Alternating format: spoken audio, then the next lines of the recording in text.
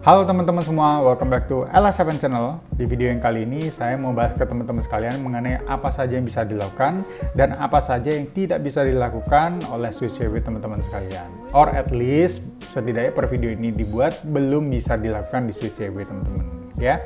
Jadi saya harap video ini bisa buat pegangan teman-teman. Jadi teman-teman tuh tahu Switch CV teman-teman tuh bisa di stretch sejauh apa, bisa dimaksimalkan kemampuannya itu sampai sejauh apa. Jadi kalau misalnya ada informasi yang kurang benar beredar di luar, mungkin baca di forum atau mungkin katanya temennya atau katanya orang lain itu bisa A, B, C, D. Saya harap teman-teman bisa pakai video ini jadi panutan. Oh ini kemampuannya sampai sejauh apa. Oke, nah kemarin kan saya udah buat video mengenai kalau teman-teman bingung yang antara OEV sama CV ya kan, terus nanti kalau misalnya teman-teman mau ambil Switch CV, device-nya yang seperti apa ya, ada macam-macamnya, terus lebih kurangnya seperti apa, tips-tipsnya saya udah bahas. Nah, semoga video ini jadi video pelengkap juga ya, jadi teman-teman habis misalnya beli Switch CV, nah nanti teman-teman dapat gambaran lah ya, oh ini switch-nya itu mentok itu sampai di sini bisanya gitu. Oke, nah sebelum kita mulai videonya jangan lupa ini ya, di subscribe dulu kalau teman-teman belum subscribe, nanti di like videonya, di komen kalau ada pertanyaan atau segala macam ya. Jangan lupa link-link yang penting saya taruh di bawah ya, bisa join kita punya grup Facebook sama Discord juga. Oke, nah teman-teman expect saya bahas apa di video ini saya udah siapin. Jadi saya udah compile beberapa bahasan umum teman-teman ya. Jadi saya mau tegaskan ada sama state ya, langsung di garis bawahi switch itu bisa A, B, C, D gitu ya. Terus yang next saya bahas mengenai ini ya, isu yang install game dari platform lain ya. Jadi kalau misalnya tentang ada Steam ya, game dari PS, dari Windows, nih kita bahas spesifik. Terus ini ya, yang berikutnya topik yang nggak pernah mati. Jadi soal ban. Sebenarnya ini saya udah bahas 2 video khusus mengenai ini. Jadi soal ban di sini lebih ke arah crash course ya. Jadi kayak lebih ke arah poin-poin pentingnya dan kesimpulannya. Oke, saya lalu juga akan bahas mengenai tips sama personal notes ya teman-teman. Dari saya kira-kira untuk Switch ini gimana kita bisa memilah-milah dan memaksimalkannya. Oke, nah yang pertama bahasan umum itu dulu ya. Nah, jadi banyak yang bingung kalau teman-teman terutama yang baru ya gitu, Switch CV itu bisa dan tidak bisa apa gitu. Nah, jadi saya tegaskan kalau untuk konteks main game ya, game yang di Switch OEV teman-teman itu tetap bisa dimainkan di Switch CV ya, secara umum seperti itu. Terus misalnya behaviornya yang Switch CV itu juga 100% sama dengan yang Switch OEV teman-teman. Behavior ini dalam artian misalnya kalau ganti user icon, profile, segala macam itu semua sama. Pengaturan setting dan segala macamnya itu sama semua. Jadi bedanya itu yang Switch CV cuman punya kemampuan lebih gitu, saya bilang yuk kayak kemampuan super power dibanding yang OEV. Selebihnya nggak ada yang beda.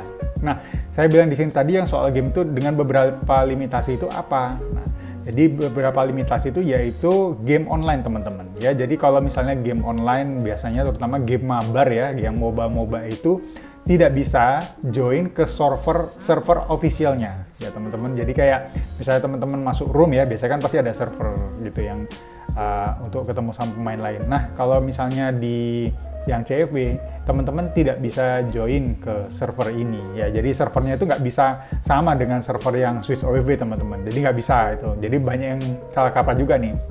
Oh, saya bisa nggak main game CFW tapi ikut mainnya sama yang OEV, itu nggak bisa teman-teman. Oke, terus ini termasuk juga berarti kalau nggak bisa join dengan server yang official, berarti teman-teman itu juga tidak bisa main cloud game nih teman-teman ya. Nah, nyambungnya ke sini. Jadi kalau misalnya teman-teman mau main kayak apa yang cloud, kayak Control mungkin, nah, terus misalnya game Kingdom Hearts ya, itu kan streaming semua ya. Nah, itu nggak bisa, soalnya ngambil data streamingnya itu kan dari server official ya teman-teman, jadi udah nggak bakal bisa. Nah, soal ini tadi kalau misalnya teman-teman main game online, game mabar itu nggak bisa, sebenarnya itu bisa diakali juga sih teman-teman. Jadi online-nya itu via namanya LAN play ya. LAN play ini kita anggap kayak private server teman-teman. Jadi kayak misalnya teman-teman bikin server privat sendiri sesama pemain CW. Misalnya kalau teman-teman main Splatoon ya, nyari game yang barengan gitu ramai, terus misalnya mungkin main ARMS mungkin gitu ya. Nah, itu bisa janjian sama teman-teman, ada komunitasnya sendiri. Jadi main dengan scope orang yang lebih lebih sempit saya bilang ya, jadi kayak sesama pemain CB gitu. Ada, cuman ada limitasinya gitu.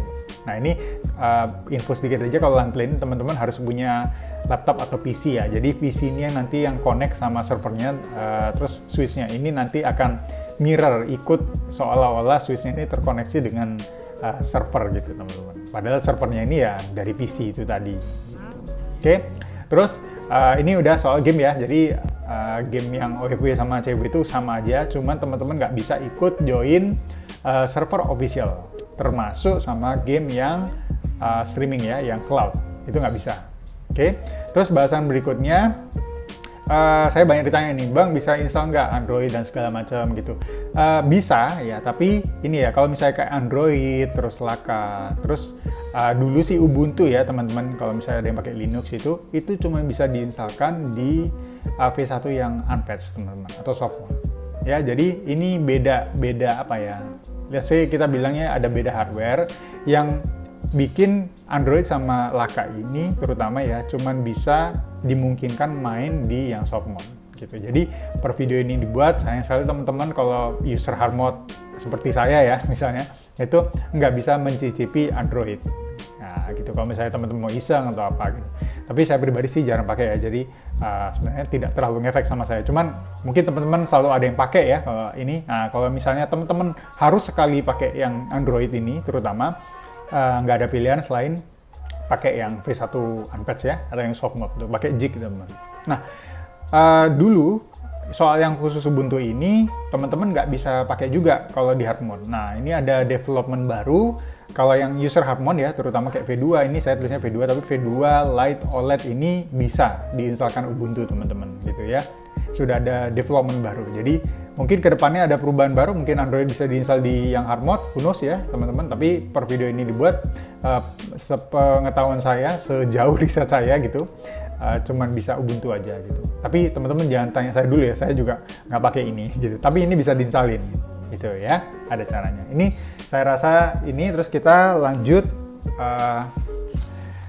soal ini ya teman-teman, emulator ya. Kadang-kadang kan ada yang tanya soal emulator tuh, teman-teman tanya bisa main game apa aja gitu. Jadi di SwissSave ini juga ada emulator teman-teman, seperti SwissSave lainnya. Jadi kayak kalau 3DS, kayak PSP, PS Vita, itu rata-rata game yang lebih tua dari konsolnya dia bisa main. Nah ini di SwissSave juga begitu. Jadi ada beberapa emulator yang confirm ya, yang bisa dipakai. Nah yang pertama itu RetroArch tuh ada teman-teman. Terus PPSSPP ya, ini untuk PSP. Melon DS itu juga ada yang ini port gitu. MGBA sama PFBA. PFBA ini teman-teman kalau misalnya main yang game arcade ya, yang game dingdong itu, kalau mungkin yang orang yang zaman tua tuh dulu. Nah itu ada teman-teman ya. Tapi kalau yang MGBA ini sebenarnya agak obsolete juga, agak percuma menurut saya, soalnya kan ini juga termasuk sama RetroArch ya teman-teman. Jadi biasanya kalau di saya teman-teman harus main atau mau main, biasanya sih cuman 3 atau 4 nih ya, RetroArch, bisa PSP, terus Melon DS ini ya, sama yang dingdong.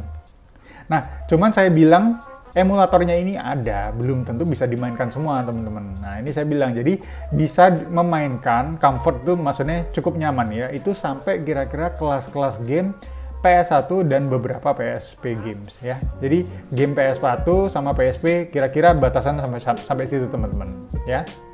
Nah NDS ini kalau pengalaman saya sih dia agak patah-patah ya, beberapa game malah, hampir semua game malah gitu misalnya. Cuman ada versi fixnya yang ini, yang port ini dia bisa main teman-teman. Ya cukup lah, cukup. Ya kalau cuman bisa main aja bisa gitu. Cuman biasanya kan kalau kita main emulator kan teman-teman ada expect lebih ya. Expect lebih itu dalam artian bisa cheat, bisa rewind, bisa ini gitu. Dia kayaknya limitasi menunya cukup terbatas ya untuk yang Melon DS teman-teman gitu. Tapi kalau bisa dibilang bisa main native, bisa gitu. Nah terus berikutnya ada yang tanya nih, terus kalau soal game ini ya, ini ada game, tanya gamenya GameCube, gamenya PS2, gamenya Wii, Wii U, 3DS itu bisa dimain nggak gitu. Jadi anggap aja ini game dari yang platform-platform ini tuh nggak bisa lah teman-teman ya. Kalaupun misalnya ada yang bisa, nanti teman-teman lihat informasi di luar, oh ini bisa dimainin, itu sebatasnya proof of concept aja menurut saya gitu. Let's say misalnya bisa main satu game aja gitu, oh bisa main apa ya, kalau GameCube misalnya game apa, game Mario di GameCube misalnya, oh ini bisa lancar, iya game Mario, coba suruh game yang lain, bisa nggak? Atau PS2, oh ini bisa main PS2 nih misalnya, ada core-nya, ada misalnya. Tapi ya nanti cuma 5 fps, 10 fps, jadi nggak bisa dimainin kan teman. Kalau bisa dimainin, bisa nyala sih bisa, tapi nggak kepake gitu maksudnya. Jadi kan buat apa gitu. Nah, jadi kalau misalnya, oh ya ini saya agak lompat ya. Kalau misalnya kayak GameCube, PS2, Wii segala macam ini biasanya kan pakai RetroArch teman-teman. Jadi RetroArch ini kalau misalnya teman-teman yang belum tahu itu dia kayak anggap aja kayak kumpulan dari berbagai emulator dijadikan satu tampilan. Jadi kalau mungkin kayak orang tuh kayak Pujasera teman-teman. Jadi RetroArch ini Pujaseranya gitu ya. Jadi kedai-kedai di dalamnya itu emulatornya. Nah, jadi kalau misalnya RetroArch ini di versi yang Windows itu memang teman-teman ada kayak core ya atau kayak emulator yang untuk PS2 sampai PS3 itu ada di versi Windows. Tapi tidak untuk di versi RetroArch yang ada di Swiss ini. Jadi core-core ini hilang teman-teman gitu. Ya, jadi kalau misalnya ada itu biasanya di port mandiri atau mungkin ada orang lain gitu. Tapi per video ini dibuat ya, sejauh yang saya tahu ini tidak nyaman dimainkan teman-teman. Kalau misalnya ada pun paling 1-2. Misalnya saya main Mario atau main apa ya, main di PS2 mungkin game bola atau apa, mungkin di 3DS main Zelda mungkin kayak gitu. Jadi satu itu aja. Tapi kalau teman-teman nanti mau, oh bisa GameCube nih, saya mau main game ini dong, game J, game I, game L gitu. Nah itu belum tentu bisa gitu. Soalnya kan ini apa ya, secara teknis harus sama antara software sama game itu ada compatibility-nya teman-teman gitu. Jadi nggak serta-merta pokoknya kalau game A bisa yang lain bisa, itu nggak begitu. Jadi nggak semua game diciptakan sama ya.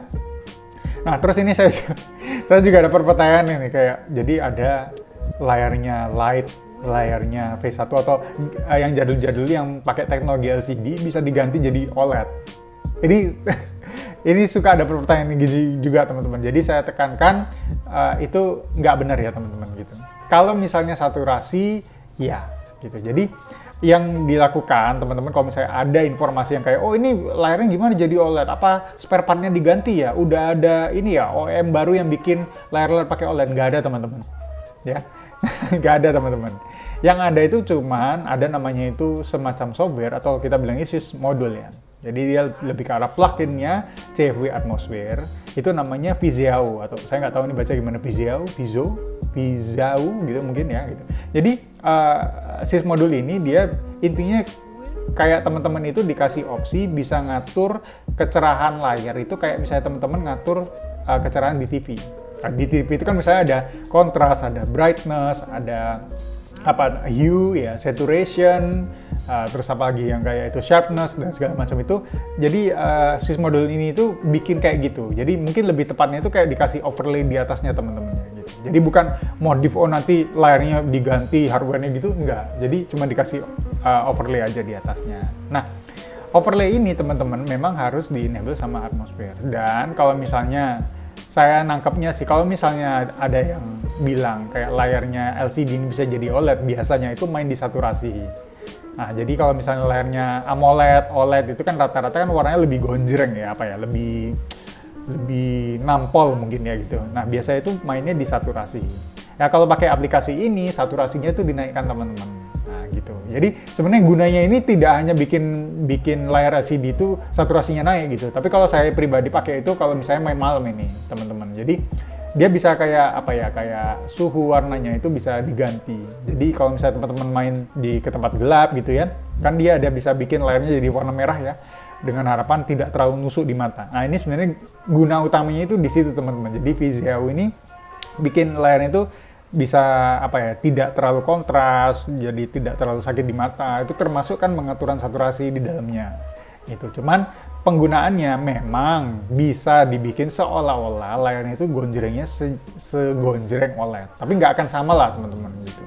Ya, jadi ini jangan salah kaprah, jadi nggak akan ada gitu teman-teman, nggak akan ada layarnya misalnya jadi LCD jadi OLED tuh nggak ada gitu. This is what you get ya. Terus ini aplikasinya gratis ya teman-teman. Jadi semua kalau kayak CFW Atmosphere, Landplay, apalagi terus yang pokoknya segala macam itu setahu saya sih belum ada yang berbayar, belum ada yang paywall gitu. Semuanya kayak open source teman-teman gitu ya. Terus tolong ya kalau misalnya game-game ini yang PS2, Wii U 3DS nggak lancar. Ini aja nggak lancar teman-teman, jadi lupakan aja kalau ada yang bilang bisa main game PS3, PS4, PS5 itu Nggak ada teman-teman. Nggak ada. Oke, terus ini kita beralih ke bahasan yang lain ya teman-teman, soal install game dari platform lain ya. Ini saya bilang terutama ini untuk Steam OS dan Windows. Oke, saya tegaskan sekali lagi di sini teman-teman, Switch itu tidak bisa diinstalkan Steam OS apalagi Windows. Tidak bisa, gitu, teman-teman. Ya kalau misalnya pun bisa ya suatu saat gitu, at least bukan sekarang. Terus kalau misalnya bisa, itu pasti akan masuk berita wow sekali, masuk breaking news ya, semua orang pasti akan tahu teman-teman. Ya gitu. Terus misalnya bisa, terus concernnya itu adalah sebagus apa performanya, kan beda. Gitu. Kalau misalnya pun ini udah bisa, ya nanti kalau yang beli Steam Deck pada nangis semua teman-teman. Gitu ya, gitu.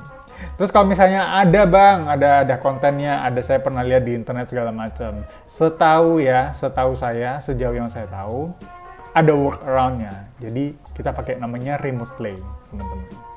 Jadi kalau teman-teman yang nggak tahu remote play ini apa, kalau misalnya yang awam-awam, kalau pernah denger istilahnya namanya Chromecasting ya teman-teman, jadi nge-cast ke TV, nah, kurang lebih caranya sama seperti itu. Jadi kalau teman-teman punya HP smartphone ya, terus misalnya nonton YouTube gitu ya, YouTube-nya ini dari HP teman-teman, tapi mau di-cast gitu lah. Jadi kayak di mirror ke TV, smart TV teman-teman. Nah ini namanya kalau produknya Google tuh di Chromecasting. Nah, kita bilang namanya di mirror ya namanya atau remote play. Kalau di game itu namanya remote play teman-teman. Nah jadi konsepnya sama. Jadi sumbernya itu dari mana, terus TV-nya itu cuma di mirror, cuma memainkan itu aja gitu. Jadi tetap sumber playernya itu dari source lain. Jadi kalau misalnya teman-teman nonton YouTube di TV via mirror, kan teman-teman tidak nyetel YouTube-nya dari TV kan, tapi dari HP teman-teman yang di mirror ke TV. Nah, kurang lebih konsepnya sama kayak gini. Jadi kalau ada yang bisa main Steam OS, Windows atau PlayStation segala macam, sumbernya itu dari lain teman-teman, tapi di mirror kan ke Nintendo Switch. Nah, jadi artinya apa? Jadi teman-teman tuh tetap harus ada punya PC dong kalau misalnya main Windows. Gitu. Atau misalnya kalau Steam OS dia pakai ada aplikasi namanya Steam Link gitu. Kalau di Windows tuh ada kayak misalnya pakai apa? Kalau di game itu kan kayak GeForce Experience, GeForce Now ya. Saya kurang paham itu. Nah, kalau di Switch itu kita workaround-nya ada aplikasinya. Gitu ya. Jadi kalau misalnya sekali lagi teman-teman ya, kalau misalnya teman-teman lihat ada konten seperti itu, coba di cross check 2 kali, itu dimainkan asli, native atau di mirror. Kalau di mirror, teman-teman saya rasa tidak perlu sampai beli Switch ya, saya rasa. Jadi teman-teman pakai aja kalau punya smartphone Android, mungkin dikoneksikan pakai Bluetooth gitu ya, atau mungkin pakai apa yang kayak controller teleskopik, itu saya rasa udah sama aja fungsinya. Malah mungkin kalau yang punya V1, V2 lebih bagus main pakai HP, mungkin layar sekarang kan rata-rata udah OLED semua ya kalau HP. Jadi saya rasa lebih bagus di situ. Tapi yang saya tekankan lagi ya intinya ya itu namanya remote play. Jadi kalau misalnya di Switch itu dia pakai aplikasi namanya Moonlight ya teman-teman. Moonlight ini untuk mirror game yang dari ini apa? Dari PC teman-teman gitu. Dan harus punya pakai GeForce ya. GPU-nya harus pakai GeForce teman-teman. Nah dari Moonlight ini nanti di mirror dimasukkan kayak list gamenya. Jadi kalau main game PC mungkin kayak Red Dead Redemption apalagi ya yang kayak GTA ya misalnya terus main apalah misalnya yang nggak ada musim Horizon gitu ya. Nah itu pasti di mirror. Nah kalau yang Chiaki ini untuk aplikasi mirrornya kayak PS Link teman-teman. Ini untuk aplikasi mirror ke PlayStation. Biasanya PlayStation 4 setahu saya. Apa PS5 bisa saya kurang paham ya. Tapi PS4, PS5 harusnya bisa. Nah kalau yang PS3 itu kan udah ada emulatornya ya sekarang ya. Per video ini dibuat itu emulatornya mainnya dari Windows teman-teman. Jadi pakainya tetap Moonlight juga. Gitu. Jadi kalau misal saya lagi tekankan lagi lah teman-teman. Jadi kalau misalnya ada konten-konten game yang tidak dimainkan dari tidak ada di library-nya Switch, di cross check 2 kali. Gitu. Itu mainnya via apa? Via emulator kah? Atau via remote play gitu. Kalau misalnya remote play ya berarti ada sumber lain gitu. Kalau emulator itu kan berarti kan softwarenya atau aplikasinya ada di dalam Nintendo Switch, teman-teman. Gitu. Saya harap ini tidak jadi miskonsepsi lagi ya gitu. Jadi nggak bisa teman-teman diinstalin OS lain tuh nggak bisa. Boro-boro Steam OS ini, Android aja patah-patah kok. jangan harap Windows sama Steam OS ini beda Beda platform teman-teman kalau teknis ya. Jadi ada, kalau di Swiss itu nama teknologinya ARM gitu. Jadi mungkin light machine lah. Kalau di Windows ini nama platformnya namanya x86. Itu teman-teman Google aja sendiri apa itu ARM, x86 itu beda teman-teman. Nah, jadi tidak semudah itu. Saya sih berdoa juga semoga semudah itu, tapi sayangnya tidak. Oke, ini kita sekarang beralih ke yang band ya teman-teman. Oke, saya tekankan lagi dan lagi ya, tidak ada hal namanya kebal band. Jadi kayak misalnya kalau terbebas dari band itu, kalau teman-teman tanya pendapat saya, tidak ada. Jadi semua yang ada di dunia ini kan pasti ada risiko ya. Jadi meskipun saya main, saya juga pasti ada risiko kena ban ke depannya. Karena ya itu tadi, ini sekarang konsol berjalan, development game masih berjalan, development software masih disupport, ini the latest konsol, itu per video ini dibuat ya gitu maksudnya. Jadi risiko itu pasti masih ada. Jadi teman-teman selalu stay hati-hati ya. Tetap hati-hati kalau misalnya teman-teman masih mau pakai fitur OEV-nya. Oke? Soalnya kenapa? Kalau teman-teman udah kena ban, pakai cara apapun, itu udah nggak bisa disembuhkan teman-teman. Jadi irreversible. Jadi udah nggak bisa dibalikin jadi unban lagi tuh nggak bisa teman-teman. Kalau udah kena ban, teman-teman nggak bisa balikin. Selamanya mesin itu kena ban, karena yang di ban tuh ban konsol. Oke? Nah, tapi kalau misalnya teman-teman sudah kena ban, jangan takut. Mesinnya tetap bisa digunakan gitu teman-teman ya. Jadi teman-teman masih tetap bisa main, tetap update gitu. Hanya teman-teman tidak bisa akses yang eShop gitu. Jadi ini tadi saya udah tulis ya, band Switch ini tidak bisa dapat akses apa aja ya. Jadi yang pasti NSO ya, service online ya. eShop itu nggak bisa. Terus update game nih teman-teman, kan kalau update game kan pakai eShop ya, makanya nggak bisa.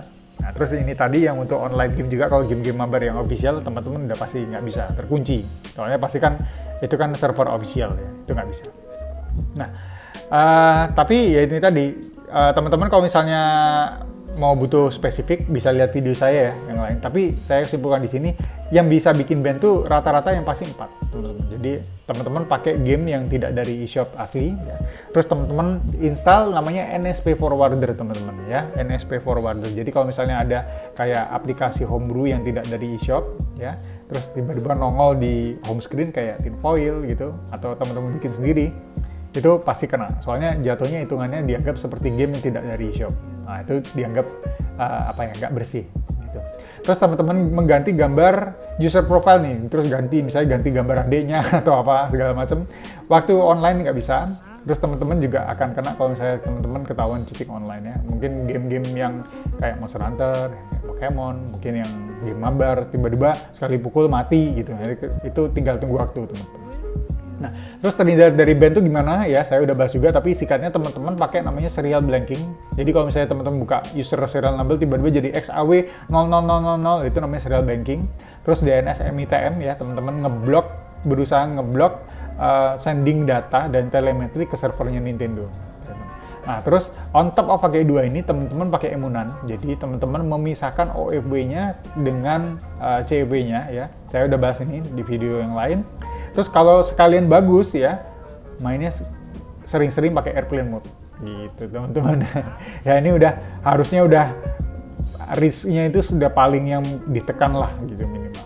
Nah, tapi memang saya sempat bahas gitu ya, kalau teman-teman beli device baru, memang chance kena ban-nya itu lebih rendah daripada teman-teman ambil barang yang second hand gitu. Kenapa? Kalau misalnya teman-teman new device ya, teman-teman ambil device baru, asumsinya kan belum dimainkan ya, teman-teman belum dimainkan, langsung dipisah kamarnya ya, OEV CW. Nah, ini OEV-nya itu recordnya kan belum ada apa-apa yang tidak bersih gitu teman-teman. Jadi chance-nya memang lebih rendah kalau teman-teman baru. Tapi kalau teman-teman beli barang second hand, ya mohon maaf kan kadang-kadang kita nggak tahu pemilik sebelumnya ini habis ngapain behaviornya, terus dia mungkin pakai ada game primary account, secondary account gitu mungkin ya kan, atau misalnya teman-teman beli second hand yang cewek terus sudah memang nggak pakai emunan, terus connect internet sembarangan, kita nggak tahu. Makanya saya bilang di sini, kalau misalnya teman-teman device baru ya, kalau misalnya sangat care sekali masih main dual boot ya, masih mau main game mabar, kalau ada dananya mungkin bisa dipertimbangkan beli yang baru, karena itu tadi lower chance of ban.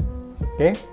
Nah, saya harap itu ini soal ban ini sudah clear ya teman-teman. Terus ini tips dari saya ya, jadi kalau yang belajar kayak gini, Yang pertama, teman-teman tolong always do research ya teman-teman. Jadi kayak cari informasi sebanyak-banyaknya ya, sebanyak yang bisa teman-teman. Kalau misalnya informasi dalam bahasa Inggris, kalau perlu ditranslatein sekalian gitu teman-teman ya. Oke, jadi kalau misalnya teman-teman dapat informasi berikutnya, please double check juga, bener nggak ini. Jadi di cross check gitu misalnya. Jadi kalau misalnya di sumber A itu bilang seperti ini, di sumber yang lain dia bilang seperti ini juga nggak.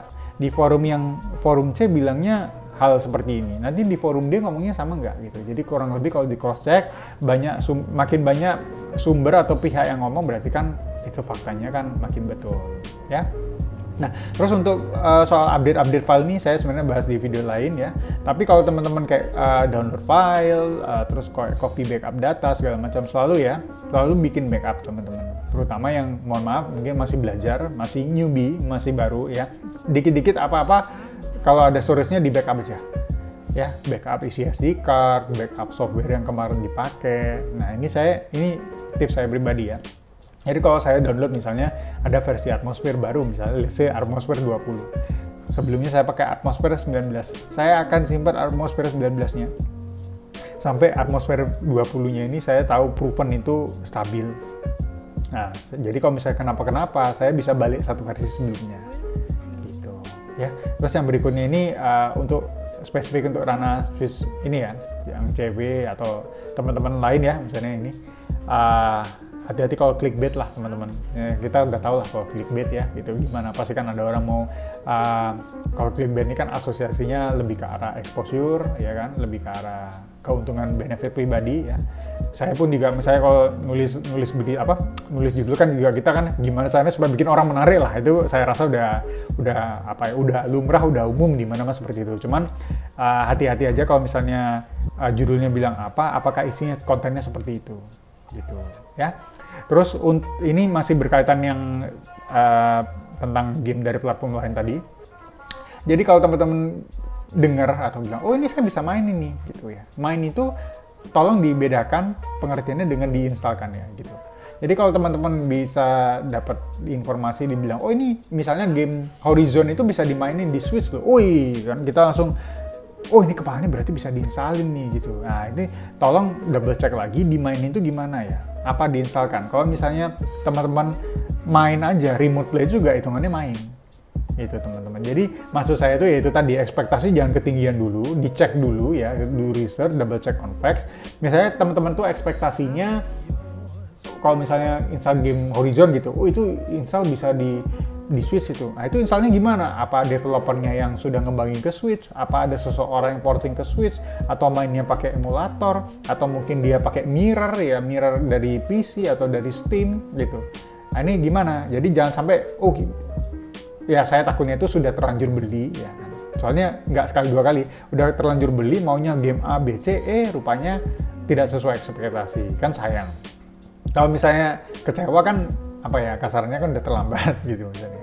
Terus jangan lupa kalau misalnya ada list game yang keluar ya teman-teman, kalau misalnya list game keluar, oh ini bisa main game PS2, game PS5 dan segala macam, itu ini tadi hubungannya hampir sama ya dengan ini. Tapi gini, bisa aja saya main game PS2 nih yang sudah di-port ke PSP gitu. Itu sebenarnya bukan game PS2 lagi jatuhnya, tapi sudah game PSP gitu. Oh saya main game PS3 yang sudah di-port ke Switch gitu. Misalnya kalau game PS3 port ke Switch, misalnya setahu saya kayak misalnya kayak Nier Automata ya kan, World of Final Fantasy Maxima itu kan game PS3, di-port ke Switch gitu. Jadi itu bukan game PS3, itu jatuhnya udah game multi-platform gitu. Kalau kayak gitu ngomongnya, berarti saya juga bisa main game PS5. Persona 5 Royal itu gamenya PS5 misalnya. Oh itu dipindah ke Switch juga gitu. Jadi hati-hati yang kalau ada yang seperti itu di luaran sana teman-teman. Saya tidak mau itu teman-teman punya ekspektasi yang terlalu tinggi, berlebihan rupanya. Aslinya Switch-nya itu misalnya levelnya segini aja teman-teman. Tapi mungkin ada yang teman-teman dapat informasinya yang tinggi sekali ya, jauh di atas aslinya gitu. Jadi limitasi ini ya nyata teman-teman gitu kan, tidak ada barang yang sempurna ya teman-teman ya gitu. Maksudnya kan dari awal Switch ini kan mainnya kan untuk environment dia sendiri kan gitu, terlepas dari performanya lebih bagus di platform lain atau tidak gitu. Jadi hati-hati aja informasi yang seperti ini gitu. Oke. Itu tadi teman-teman tips-tips dari saya sama fact-factnya teman-teman ya. Jadi saya udah kumpulin informasi yang beredar di luar. Saya harap habis teman-teman nonton video ini, teman-teman punya gambaran, oh ala Swiss itu ya bisanya sampai sini aja gitu. Jadi kalau misalnya ada tweaking bisa dan segala macam itu double check aja. Terus kalau misalnya bisa, itu juga teman-teman harus ingat satu lagi konsepnya, performanya seperti apa gitu. Kita nggak usah ngomong game deh, misalnya Switch itu ada aplikasi video player teman-teman. Memang ada homebrew-nya untuk bikin video player, dia dari porting video player open source lain yang diaplikasikan ke Nintendo Switch. Ada. Tapi kan kalau video ini kita bahasannya udah lain ya, jadi kan dia support codec apa, performa videonya itu bufferingnya seperti apa dan segala macam. Itu teman-teman harus double check lagi, atau kalau lebih bagus harus dicoba sendiri gitu. Jadi ya itu tadi supaya teman-teman tidak tidak ketinggian ekspektasinya. Jadi kayaknya wah Swiss ini kayaknya udah menang banyak lah, udah kayak the one and only console I need in my life misalnya kan. Bisa PS5, ngapain beli PS5? Aku bisa main di Switch, rupanya cuma di mirror, tetap butuh PS5-nya. Jadi teman-teman udah beli Switch-nya duluan, mau main game PS5, teman-teman ujung-ujungnya beli game PS5 lagi, beli konsolnya malah gitu. Jadi jangan sampai seperti itu. Oke, saya harap video ini membantu teman-teman. Sekali lagi saya boleh remind teman-teman kalau misalnya belum subscribe sama channelnya ya, boleh subscribe, di like, di komen gitu. Teman-teman boleh tanya aja. Please contact me, cari saya di link deskripsi di bawah ya, kontak saya saya taruh di video di bawah gitu. Mungkin itu dulu video kali ini ya. I'll see you on the next video. Ciao.